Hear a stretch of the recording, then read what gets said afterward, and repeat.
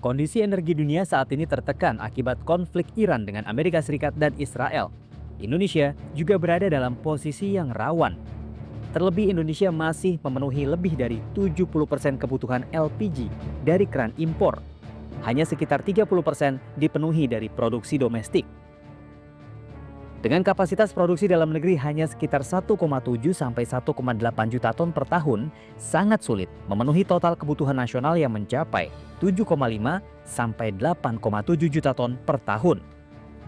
Pertanyaannya, apakah Indonesia punya opsi alternatif energi yang bisa diandalkan untuk mereduksi ketergantungan impor?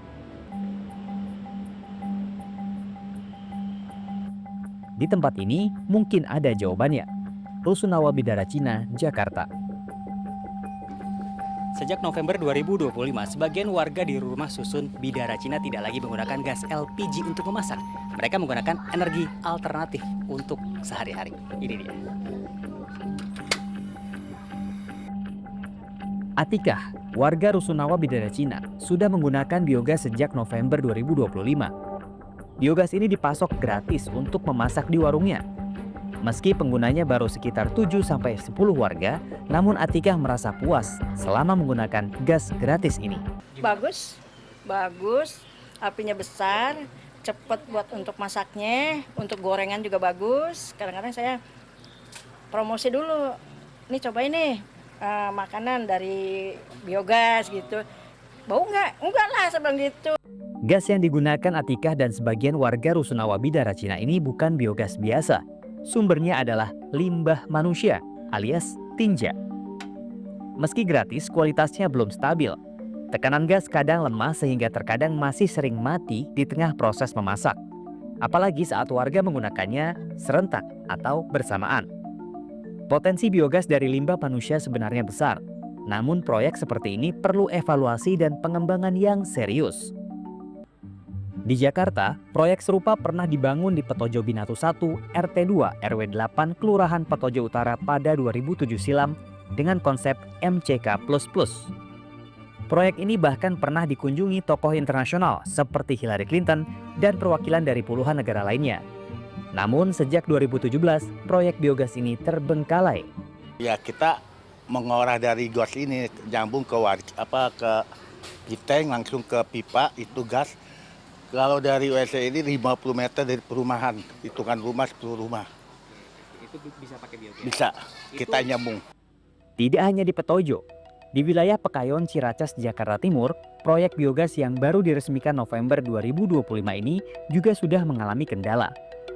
Hanya 1 atau 2 rumah dari target 20 lebih rumah pengguna yang masih bisa memanfaatkan biogas. Itu pun tekanannya tidak stabil. Menurut saya sih gini ya Mas ya, karena ini kan penyaluran untuk pembuangan BAB ini kan belum seluruhnya ya. Mudah-mudahan untuk seluruhnya nanti bisa menyalurkan ke biogas ini, jadi kita bisa lebih puas memakai ini. Evaluasi teknis diperlukan. Salah satu kendala adalah posisi kolam penampung biogas yang lebih tinggi dari septic tank warga. Akibatnya aliran limbah tidak optimal dan gas sering habis. Dari saluran dari septic tanknya agak tinggi, harus dinaikin. Kecuali ada yang rumah tingkat itu mungkin langsung menyalurkan ya. Benar-benar bisa tersalur semua, bisa mencakup semua warga saya. Data menunjukkan potensi energi biogas di Jakarta dan Indonesia sebenarnya cukup besar. Namun dari target produksi biogas nasional Indonesia dari limbah manusia, kotoran ternak, dan sampah organik yang mencapai 489 juta meter kubik pada 2025 atau sekitar 0,4 juta ton per tahun, sayangnya sampai saat ini produksinya hanya mencapai 27,8 juta meter kubik atau baru 6% dari target tersebut. Itu masalahnya tidak hanya teknikal. Masalahnya adalah masalah sosial, gitu, pendekatan people, pemberdayaan, skill, iya kan? Dan continuous improvement siapa gitu. Nah, banyak studi yang gitu. Misalnya harus ada pionir yang memang menggerakkan itu masyarakat. Ada people yang menjadi trigger gitu. Jika dikembangkan secara serius dan berkelanjutan, biogas dapat menjadi alternatif menjanjikan untuk memenuhi kebutuhan energi nasional. Apalagi yang paling penting, sumber energi jenis ini gratis dan berkelanjutan. Pemanfaatan energi biogas sebetulnya bisa menjadi potensi yang luar biasa tidak hanya untuk Jakarta tapi juga Indonesia. Tapi tidak cukup hanya potensi, dibutuhkan kesungguhan dan keberlanjutan agar energi yang luar biasa ini tidak hanya menjadi mimpi tapi juga harapan dan masa depan kemandirian energi di Indonesia. Yogi Tujuliarto, Aryo Asmoro.